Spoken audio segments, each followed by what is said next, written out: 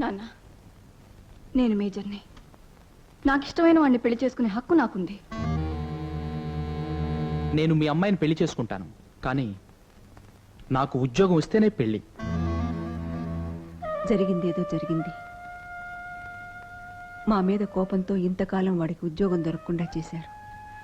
దయచేసి ఇప్పుడైనా వాడికి ఉద్యోగం ఇప్పించండి. మా కుటుంబం మీకెంతో రుణపడి ఉంటుంది. నేను కూడా మీతో ఓ మాట చెప్పాలి. మీ అమ్మాయి మా ఇంట్లో ఉంటే మీకు బాగుండదు, మాకు బాగుండదు. అందువల్ల ఆమెను మీ ఇంటికి తీసుకెళ్ళండి.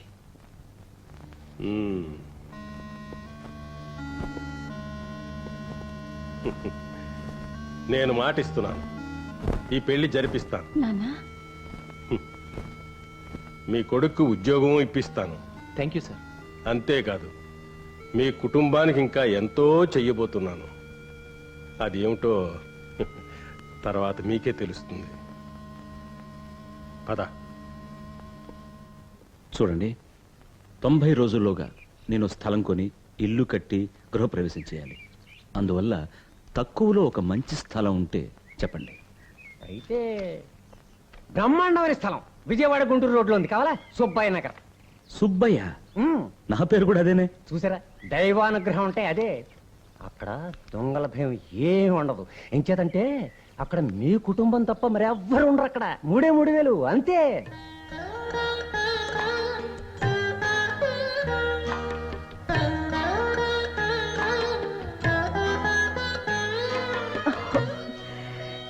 పెళ్లినాడు పెట్టుకుని ఉంగరం, అందుకే రావటం లేదు.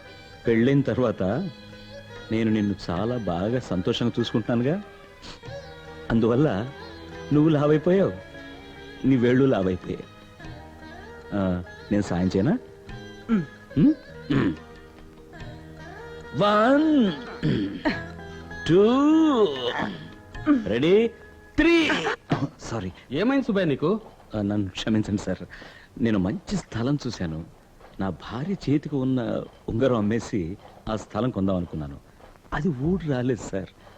అందువల్ల మీరు 3,000 అప్పిస్తే ఏ రోజు ఆ ఉంగరం వస్తుందో ఆ రోజు మీ డబ్బు మీకు తిరిగి ఇచ్చేస్తాను. కాదనకండి సార్.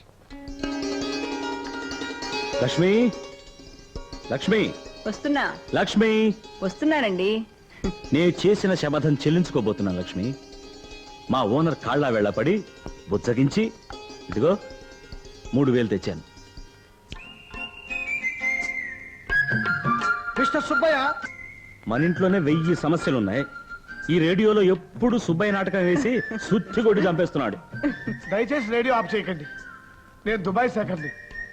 మీకు తెలియకుండా మీ ఇంటి రేడియో కనెక్షన్ ఇచ్చి మాట్లాడుతున్నాను.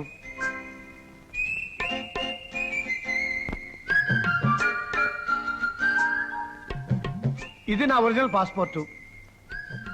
ఇది నా దుబాయ్ ఉద్యోగం కాంట్రాక్టు. ఇండియా లెక్కల ప్రకారం నాకు నెలకు 10,000 రూపాయలు జీతం. ఇక ఆరోగ్యం అంటారా, ఇది నా హెల్త్ సర్టిఫికెట్.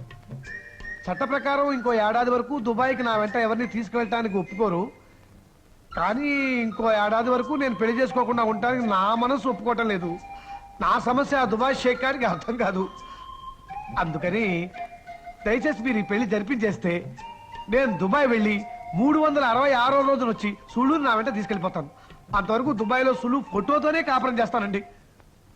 సాధారణంగా ఈ ఇంట్లో అన్ని నిర్ణయాలు నేనే తీసుకుంటాను. ఏమండి, ఒకసారి ఇలా వస్తారా? ఇప్పుడే వస్తా.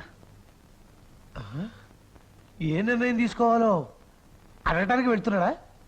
చూడండి, ఈడొచ్చిన పిల్లను ఎంతకాలం మన ఇంట్లో ఉంచుకోగలం?